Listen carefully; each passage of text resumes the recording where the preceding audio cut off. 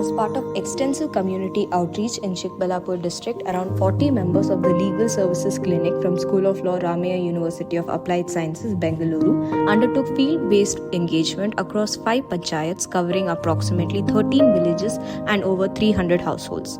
Prior to the fieldwork, the team was oriented and guided by Honorable Shri Shashidhar Shetty Sir, District and Sessions Judge and Member Secretary, Karnataka State Legal Services Authority, Bengaluru, providing institutional direction and legal framework for the outreach.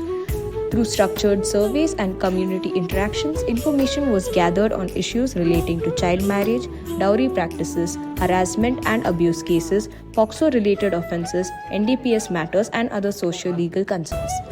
The survey facilitated the collection of district-specific data revealing multiple instances of child marriage and POCSO cases, underscoring the need for sustained legal awareness and intervention in the district. Following this groundwork, on the 3rd of February, a Janaspandana or a public hearing was conducted in the Chikbalapur district, Karnataka, providing a platform for citizens to directly engage with governance at the grassroots level. The program was held in the presence of key administrative authorities, including Shri Prabhuji Sir, Deputy Commissioner Chikbalapur, reflecting the district administration's commitment to transparency, accountability and responsive governance. Among the distinguished speakers was Dr. Mahesh, District Health Officer, who in his address strongly emphasized that child marriage must be completely eradicated. He highlighted the serious health risks associated with early pregnancy, underlining the long-term physical and psychological consequences faced by young girls. Ms. Shilpa V., Senior Civil Judge and Member Secretary, District Legal Services Authority, Chikbalapur, also delivered a highly insightful address focusing on the practical difficulties faced by the common people in accessing justice. She spoke about procedural delays, lack of legal awareness, and the need for simplified and accessible justice delivery mechanisms at the grassroots level. Representatives from the Karnataka State Commission, along with ASHA workers, Anganwadi workers, and members of Farmers Association, raised critical issues relating to public welfare, healthcare, nutrition, and rural livelihoods. Multiple government departments set up information stalls, enabling citizens to access welfare schemes, grievance redressal mechanisms, and essential public services through a single platform and much more.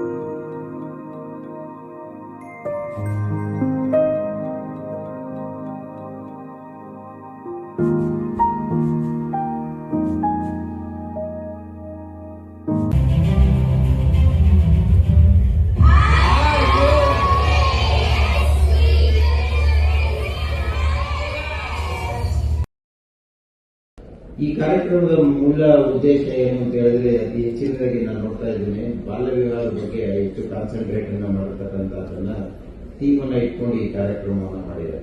ಯಾಕೆಂದ್ರೆ ಬಾಲ್ಯ ವಿವಾಹದ ಬಗ್ಗೆ ನಮಗೆ ನಮ್ಮದೇ ಆದಂತಹ ಒಂದು ವೈಯಕ್ತಿಕ ಅಭಿಪ್ರಾಯಗಳನ್ನ ಮತ್ತು ವೈಯಕ್ತಿಕವಾಗಿ ನಾನು ಅನುಭವಿಸಿದ್ದನ್ನ ಹೇಳಬೇಕು. ಯಾಕೆ ಅಂತ ಹೇಳಿದ್ರೆ ನನಗೆ ನಮ್ಮ ತಂದೆಗೆ 4 ಜನ ಮಕ್ಕಳು, 2 ಹೆಣ್ಮಕ್ಳು 2 ಗಂಡು ಮಕ್ಕಳು, ನಾನೇ ಕೊನೆ ಮಕ್ಕಳು. ಬಾಲ್ಯ ವಿಚಾರ ಬಂದಾಗ ನೋಡಿದ್ರೆ ನನ್ನ 2 ಅಕ್ಕಂದಿರಿಗೂ ಮದುವೆ ಆದಾಗ ಅವರ ಬಾಲ್ಯ ವಿವಾಹ ಆಗಿರ್ತಾರೆ. ನನ್ನ 2 ಅಕ್ಕಂದಿರಿಗೆ 1973ನೇ ಇಸ್ವಿ ಮತ್ತು 75ನೇ ಇಸ್ವಿದಲ್ಲಿ ಇನ್ನೂ 9ನೇ ಕ್ಲಾಸ್ 8ನೇ ಕ್ಲಾಸ್ ಓದ್ತಾ ಇರ್ತಕ್ಕಂಥ ಚಿಕ್ಕ ಹೆಣ್ಮಕ್ಳಿಗೆಲ್ಲ ಮದುವೆ ಮಾಡತಕ್ಕಂಥ ಒಂದು ವಿಚಾರವನ್ನು ನಾವು ನೋಡ್ತಾ ಇದ್ದೀವಿ.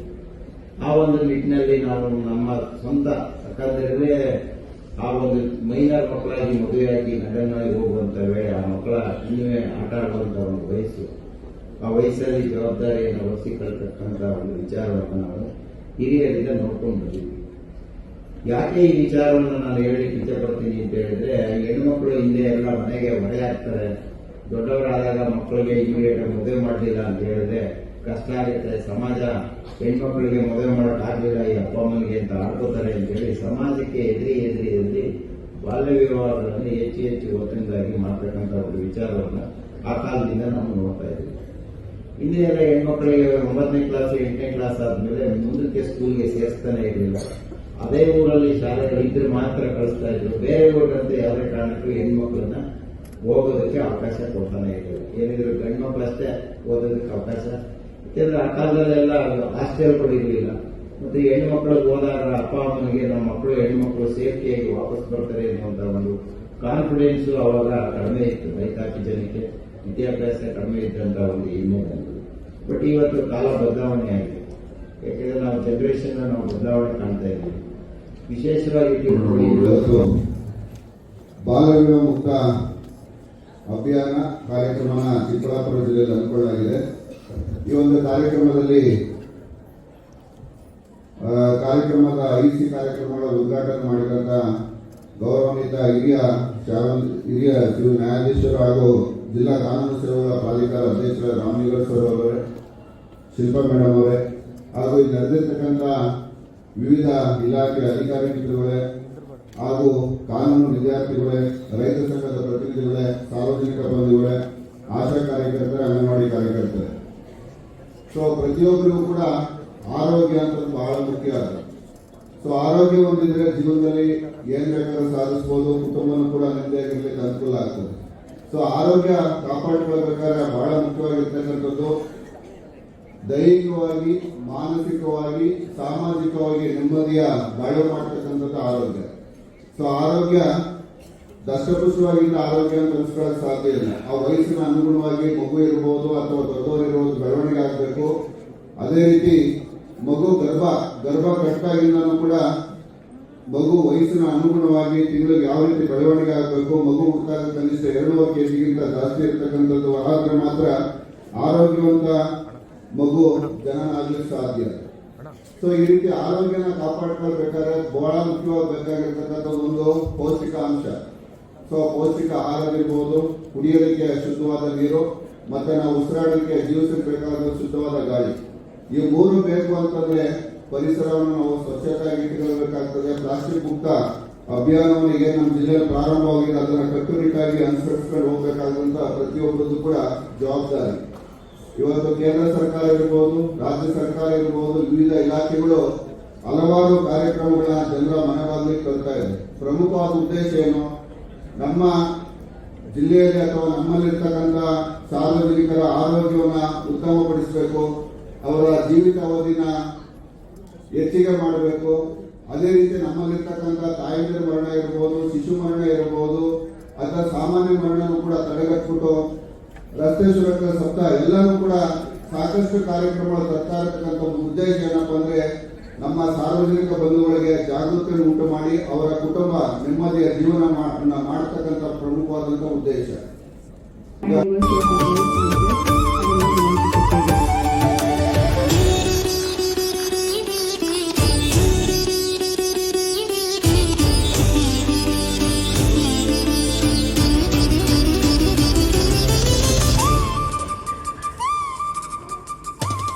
ಅಂತೋದಕ್ಕೆ ಏನು ತೊಂದರೆ ಇಲ್ಲ ಮೇಡಮ್ ಅವರೇ. ಒಂದು ಗ್ರಾಮದಲ್ಲಿ ಒಂದು 72-73ರಲ್ಲಿ ಒಂದು 20 ಎಕರೆ ಊರು ಚಿಕ್ಕದು, ಗ್ರಾಮ ಠಾಣ ಕಮ್ಮಿ ಇರುವುದರಿಂದ ಒಂದು 20 ಎಕರೆ ಮೀಸಲಿಟ್ಟಿರ್ತಾರೆ. ಅಂತ ಜಮೀನು 9 ಜನ ಒತ್ತುವರಿ ಮಾಡಿರ್ತಾರೆ. ಹಿಂದೆ ಅವ್ರಿಗೂ 72ರಿಂದ 76 ತನಕ ಕೆಲವರು 2 ಎಕರೆ ಕೆಲವರು 3 ಎಕರೆ ಆಗಿರುತ್ತೆ. ಕೋಲಾರ ಜಿಲ್ಲಾಧಿಕಾರಿಗಳು ಅವ್ರು ಕಾಯ್ತಿದ್ರು, ಅವರು ಕೂಡ ವಜಾ ಮಾಡಿದ್ರೆ ಹೈಕೋರ್ಟ್ ಹೋದ್ರು. ಹೈಕೋರ್ಟ್ ಅಲ್ಲಿ ಅವ್ರು ವಜಾ ಮಾಡಿದೆ, ಎಸಿ ಬರೆದವ್ರೆ.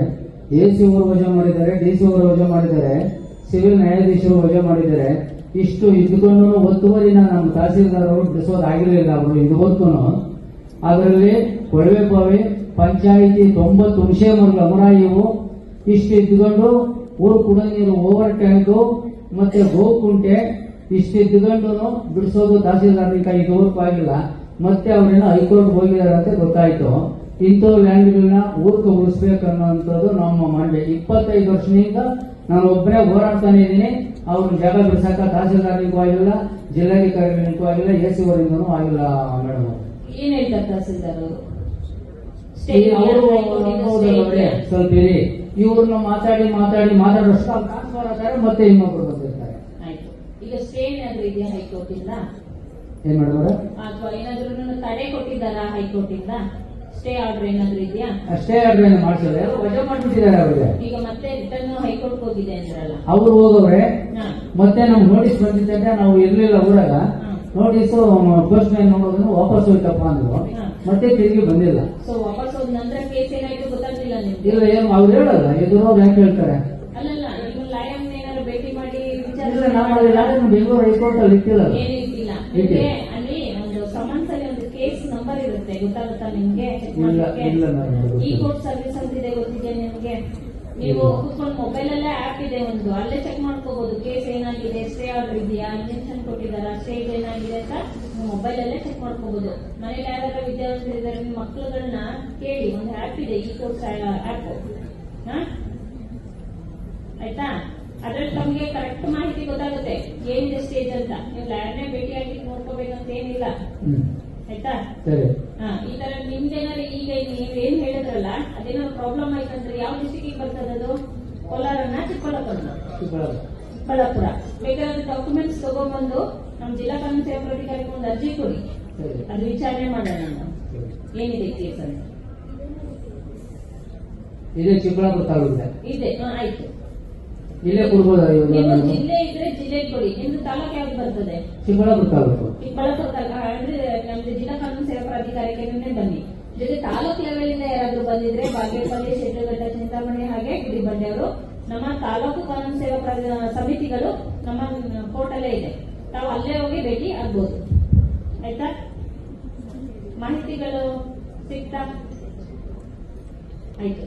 ಈಗ ನಾನು ಲಾಯರ್ನ ಕೊಡ್ತೀವಿ ಅಂತ ಹೇಳಿದ್ವಿ, ಉಚಿತವಾಗಿ ಸಲಹೆನ ಕೊಡ್ತೀವಿ ಅಂತ ತಮ್ಗೆ ಹೇಳಿದ್ವಿ. ಈಗ ಜಮೀನು ಅಕ್ಕ ತಂಗಿರು ಯಾರನ್ನ ಹಾಕಿಲ್ವ ಕೇಸು ತಮ್ಮ ಮೇಲೆ? ಅಕ್ಕ ತಂಗಿದ್ರು ನಮ್ಮ ಸ್ತ್ರೀ ಶಕ್ತಿ ಸಂಘದವರು ಎಷ್ಟು ಜನ ಹಾಕಿದ್ದೀರಾ? ತಂದೆ ತಾಯಿ, ಅಣ್ಣ ತಮ್ಮದಿರ ಮೇಲೆ? ಯಾರು ಹೇಳಲ್ಲ, ಹಾಕಿದ್ದಾರೆ, ಹಾಕಿರ್ತಾರೆ. ಈಗ ಅವ್ರಿಗೂ ರೈಟ್ಸ್ ಇದೆ, ನಿಮ್ಮಷ್ಟೇ ಈಕ್ವಲ್ ರೈಟ್ಸ್ ಅವ್ರಿಗಿದೆ. ಹಾಕಿದ್ದೀರಾ? ನಮ್ಮ ಅಂಗನವಾಡಿ ಟೀಚರ್ಸ್ ಇದ್ದಾರೆ.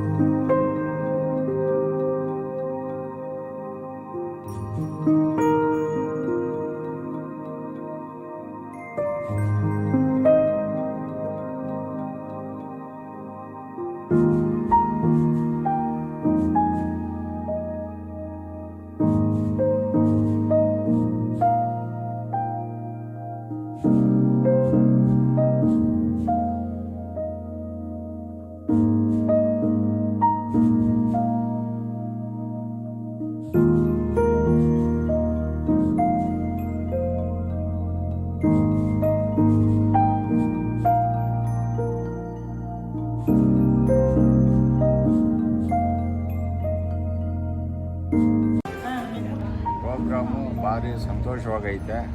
ಕಾನೂನು ಅರಿವು ತಿಳಿಸ್ತಾವ್ರೆ, ಒಳ್ಳೆ ಇದು ಕೊಡ್ತಾರೆ, ಹತ್ರ ಆಗಿ ನಮ್ಮ ತಿಳುವಳಿಕೆ ಅಷ್ಟೇ. ಇದು ನೀವು ಹೇಳಿರೋದಕ್ಕೆ ನಮಗೊಂದು ಮೆಚ್ಚುಗೆ ಮುಂದೆ ಇದಾಗೋದಕ್ಕೆ. MS ರಾಮಯ್ಯ ಕಾಲೇಜವರು ಹಂಗೆ ಹೇಳಿ ಪಾಪ ಕಾಲೇಜು MS ರಾಮಯ್ಯ ಕಾಲೇಜವರು ಲಾ ಸ್ಟೂಡೆಂಟ್ಸ್ ಎಲ್ಲ ಬಂದು ಇಲ್ಲಿ ಇಂಥ ಕಾರ್ಯಕ್ರಮ ಅವೇರ್ನೆಸ್ ಕೊಟ್ಟಿದ್ದಾರೆ. ಸೊ ನಮ್ಗೆ ತುಂಬ ಉಪಯೋಗವಾಗಿದೆ. ಅದು ಮಿಕ್ಕಿ ನಿಮ್ಗೆ ಏನು ಅನಿಸ್ತು? ಅದು MS ರಾಮಯ್ಯ ಕಾಲೇಜಿಂದ ಬಂದಿರೋ ಮಕ್ಕಳು ಎಲ್ಲ ಸೇರಿ ಕೊಟ್ಟಿರೋ ಜನಗಳಿಗೆ, ಏನೂ ಗೊತ್ತಿಲ್ಲದಿರುವಂಥ ಜನಗಳಿಗೆ ಒಳ್ಳೊಳ್ಳೆ ಮಾಹಿತಿ ಕೊಟ್ಟು ತುಂಬ ಹತ್ತಿರ ಆಗಿದೆ. ಪ್ರತಿಯೊಂದು ವಿಷಯದಲ್ಲೂ ತುಂಬ ಭಾರಿ ಹತ್ತಿರವಾಗಿ ಒಳ್ಳೆ ತುಂಬ ಅನುಕೂಲವಾಗಿದೆ.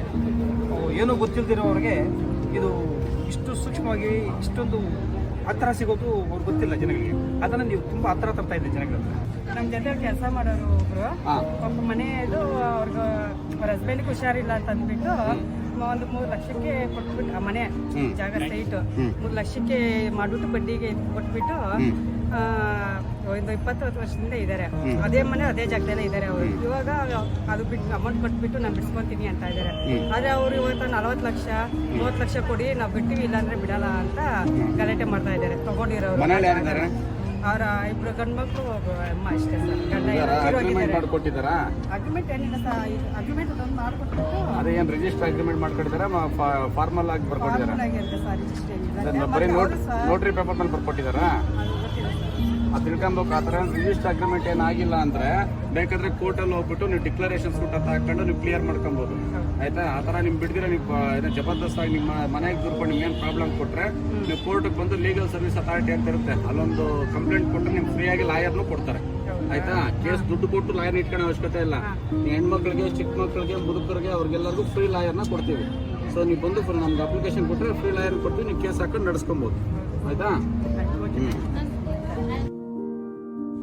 The Janaspandana event in Chikbalapur thus stands as a meaningful step toward responsive and people-centric governance.